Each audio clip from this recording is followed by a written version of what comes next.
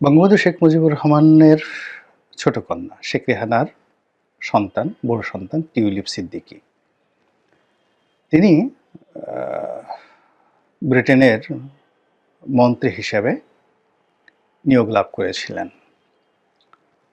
এবং তিনি যখন সংসদ সদস্য হলেন, একাধিকবার হয়েছেন এবং এইবার প্রথম যখন মন্ত্রী হলেন, তখন আওয়ামী লীগের যারা নেতাকর্মী সারা বাংলাদেশের এবং একই সঙ্গে সারা দুনিয়াতে সকলের মধ্যে একটা খুশির বন্যা বয়ে যাচ্ছিল।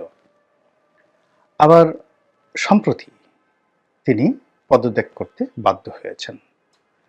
এর ফলে কি হলো, আওয়ামী লীগের যারা নেতাকর্মী তারা নিঃসন্দেহে হতাশ হয়েছেন এবং অনেকের মুখ বন্ধ হয়ে গেছে, অনেকে কিংকর্তব্য বিমূঢ় হয়ে পড়েছেন এবং অনেকে আতঙ্কগ্রস্ত হয়ে পড়েছেন এই কারণে যে ব্রিটেন তো আর আমাদের মতো দেশ নয়। সেখানে ন্যায় বিচার আছে, সততা আছে, যেখানে একটু মুচকি হাসি দিলে বা যেখানে রাজনীতিবিদরা সাধারণত তাড়াহুড়ো করে দেখা গেল যে ছোট্ট একটা ভুল করেছেন। ব্রিটেনের রানীর যে গাড়ি, তার গাড়ি রং জায়গাতে পার্কিং করা হয়েছে, সঙ্গে সঙ্গে পুলিশ এসে তাকে জরিমানা করে দিল। কিংবা প্রধানমন্ত্রীর গাড়িটি একটা রাস্তাতে যে স্বাভাবিক গতি রয়েছে সেই গতির চেয়ে একটু বেশি গতিতে গেছে, জরিমানা হয়ে গেল। প্রধানমন্ত্রীর স্ত্রী, টনি ব্লেয়ারের স্ত্রী শেরি ব্লেয়ার, সেখানকার খুব নামকরা অ্যাডভোকেট, উকিল। তো তার খুব জরুরি একটা মামলা ছিল, খুবই জরুরি একটা মামলা ছিল এবং তিনি মামলা নিয়ে খুবই মানসিকভাবে অস্থির অবস্থার মধ্যে কাটাচ্ছিলেন। তার স্বামী তখন প্রধানমন্ত্রী।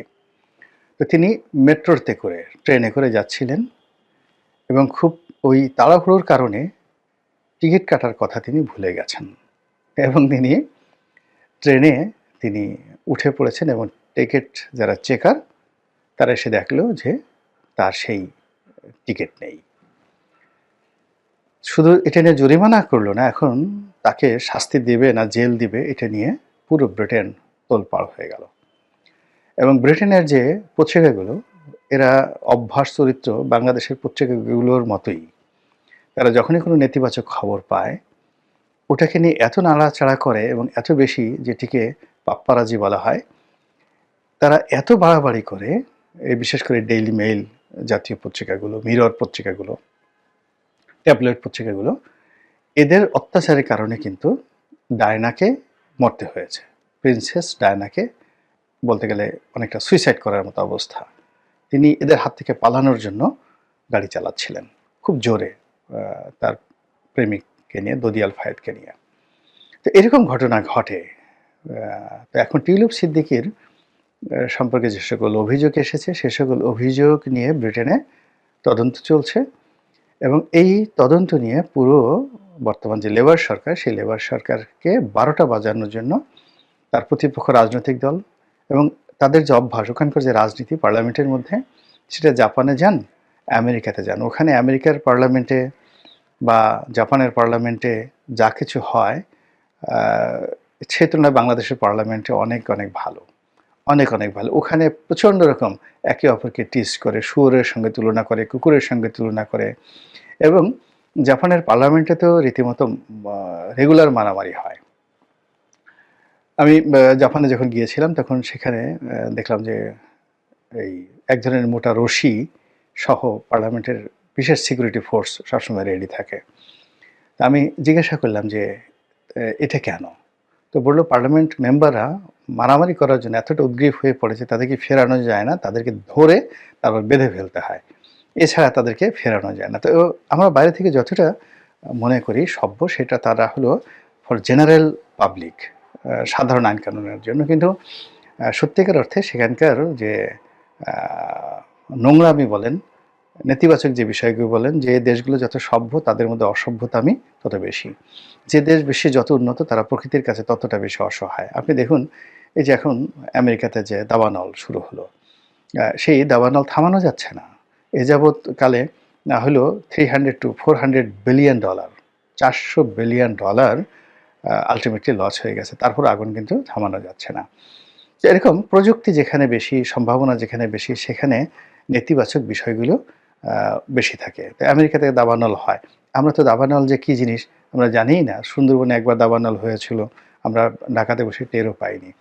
তো যা হোক, যেটা বলছিলাম, তো সেই টিলুপ সিদ্দিকীর বিরুদ্ধে যে সকল অভিযোগ এসেছে, সেই অভিযোগ হলো তিনি আ ওখানে কিন্তু বাংলাদেশের মতো না। মানে তার বোন, আত্মীয়স্বজন কি করেছে ওটা নিয়ে তার কোনো সমস্যা নাই।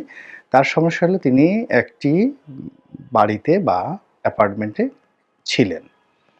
যে অ্যাপার্টমেন্টটি বিনামূল্যে তাকে দেওয়া হয়েছে, এই হলো তার বিরুদ্ধে অভিযোগ।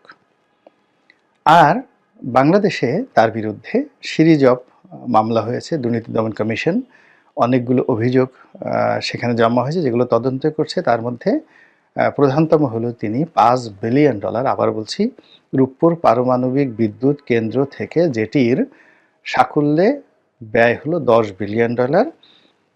কেউ একজন অভিযোগ করেছে দুর্নীতি দমন কমিশন যে এই $10 বিলিয়ন প্রজেক্ট থেকে একেবারে $5 বিলিয়ন কমিশন হিসেবে লাভ করেছে টিউলিপ সিদ্দিকী, যাকে বলা হয় দালালি হিসাবে। এবং আপনারা জানেন যে এই বাংলাদেশের রূপপুর পারমাণবিক বিদ্যুৎ কেন্দ্র, এটি গভর্নমেন্ট টু গভর্নমেন্ট, বাংলাদেশ সরকার ভার্সেস রাশিয়ান সরকার। তো রাশিয়ান সরকারের আবার এই মন্ত্রণালয়টি, জ্বালানি ও খনিজ সম্পদ মন্ত্রণালয়টি সরাসরি পুতিন নিয়ন্ত্রণ করেন। তো কাজেই বাংলাদেশে যদি একটা $10 বিলিয়ন একটা প্রকল্প হয়, সেই $10 বিলিয়ন থেকে যদি $5 বিলিয়ন টিউলিপ সিদ্দিকী মেরে দিয়ে থাকে, আবার সেই $5 বিলিয়ন যদি স্বয়ং পুতিন তাকে দিয়ে থাকে, বুঝতে পারেন যে কত বড় ভয়াবহ অভিযোগ তার বিরুদ্ধে বাংলাদেশে হয়েছে। এবং এক্ষেত্রে তো আমি মনে করি যে 133 বার নয়, 1,33,00,000 বার এই টিউলিপ সিদ্দিকীকে ফাঁসিতে লটকানো উচিত, এবং তার সঙ্গে সঙ্গে পুতিনকেও 1,33,00,000 বার তাকে ফাঁসিতে লটকানো উচিত। যে কত বড় খারাপ হলে $10 বিলিয়ন একটা জাতীয় প্রকল্প থেকে $5 বিলিয়ন শুধু সে ঘুষি দিয়েছে। তাহলে সেখানে যদি সে লাভ করে থাকে, তারপর শেষে তার অন্যান্য ছোটোখাটো কমিশন থাকে, তাহলে তো এখানে সর্বোচ্চ $2 বিলিয়ন বেশি তারা খরচ করেনি। এটা স্বাভাবিক দৃষ্টিতে হয়। তো এই বিষয়গুলো নিয়ে ব্রিটেনে খুব লেখালেখি হচ্ছে। তো এই অবস্থাতেই তিনি পদত্যাগ করেছেন। তো তিনি পদত্যাগ করেছেন 14 তারিখ রাতে। 14 তারিখ ডিসেম্বর মাসের জানুয়ারি মাসের 14 তারিখ রাতে। কিন্তু আমি ডিসেম্বর মাসের 22 তারিখই আরেকটা ভিডিওতে বলেছিলাম, যেহেতু অভিযোগ আসছে তাকে পদত্যাগ করতে হবে। এটি ব্রিটেনের একটা নিয়ম। এখন প্রশ্ন হলো যে এই পদত্যাগ শেষ পদত্যাগ কিনা, বা এটার পরিণতি কি হতে পারে? এখানে মূল বিষয়টি হলো যে এখানে টিউলিপ সিদ্দিকী যে চিঠি লিখেছেন, পদত্যাগপত্র দিয়েছেন, সেখানে তিনি স্পষ্টভাবে বলেছেন যে তার বিষয়ে ইতিমধ্যে যে তদন্ত হয়েছে, সেই তদন্ত কর্মকর্তা প্রাথমিকভাবে যাচাই বাছাই করে যা দেখেছেন তা হলো এই অভিযোগগুলো যার কোনো ভিত্তি নেই। দ্বিতীয়ত হলো এই অভিযোগের কারণে তার যে মন্ত্রী হওয়ার যে আচরণবিধি, মন্ত্রীর যে আচরণবিধি, এই আচরণবিধি লঙ্ঘিত হয়নি।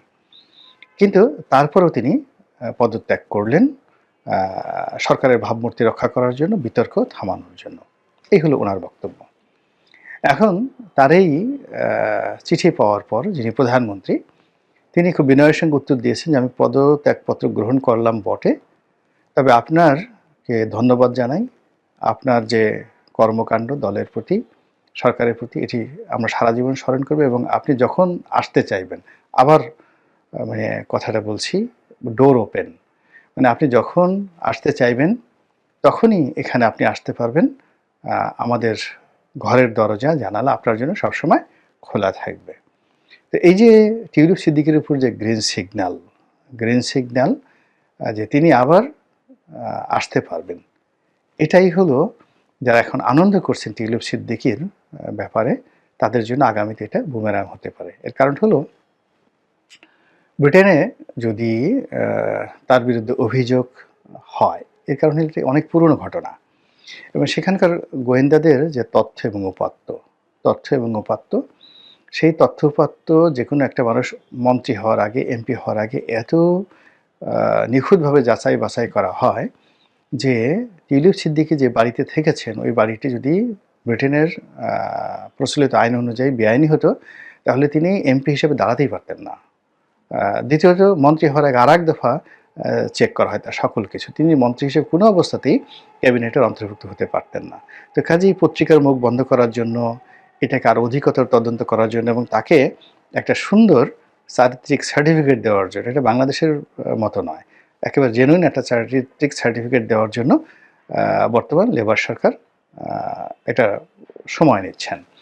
দ্বিতীয়ত, লেবার সরকারের এই যে একজন মন্ত্রীকে চলে যেতে হলো, এটাকে তারা খুব কগনিজেন্সে নিয়েছে এবং এই ঘটনার সঙ্গে আমাদের বাংলাদেশে কারা জড়িত আছে, কাদের লবিস্ট গ্রুপ জড়িত আছে, কোন পক্ষ জড়িত আছে, এটাও লেবার সরকার কিন্তু কগনিজেন্সে নিয়েছে। ফলে আগামী দিনগুলোতে যদি আমাদের সরকারের পক্ষ থেকে এই ব্যাপারে কোনো চাপ থাকে, কোনো লবি থাকে এবং আমাদের মধ্যে কেউ যদি ওখানকার পত্রপত্রিকা থেকে শুরু করে লেবার পার্টির যারা অপোনেন্ট এমপি আছেন তাদেরকে ইনফ্লুয়েন্স করার জন্য কেউ টাকা পয়সা খরচ করে থাকে, এটি এই লেবার সরকারের জন্য অসম্মানজনক এবং তারা এটার প্রতিশোধ না নিয়ে ছাড়বে না।